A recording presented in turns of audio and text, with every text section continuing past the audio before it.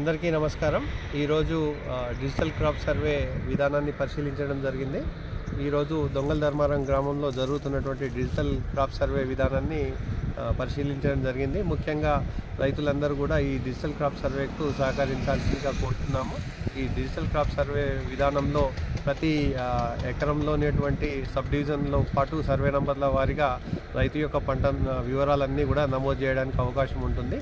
ఈ నమోదు చేయడం ద్వారా వచ్చే సీజన్లో ఎరువులు విత్తనాల యొక్క ప్లానింగ్ చేసుకోవడానికి అవకాశం ఉంటుంది. కాబట్టి రైతులు కూడా వారి విస్తీర్ణంలో ఏ పంట వేసినా కూడా తప్పనిసరిగా మా వ్యవసాయ విస్తీర్ణ అధికారులకు కానీ వ్యవసాయ కార్యాలయంలో సంప్రదించి పంట నమోదు చేసుకోవాల్సిందిగా రైతులందరికీ విజ్ఞప్తి చేయడం జరుగుతుంది.